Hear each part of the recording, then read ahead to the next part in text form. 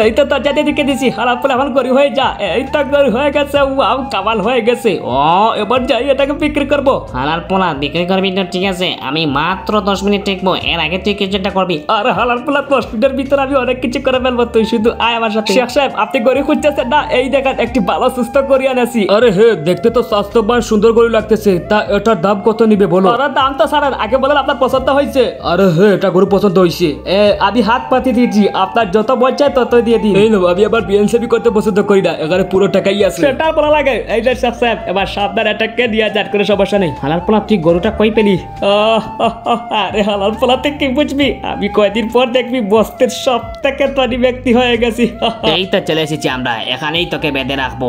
আরে মালিক সাহেব, আপনি যেই গরু চেয়েছেন সেই গরু হুবহু পেয়ে গেছেন মালিক সাহেব। এবার দেখো এই গরুটা কত লিটার লিটার করে দুধ দেয়, দুধ খাবো আর দুধ বিক্রি করবো।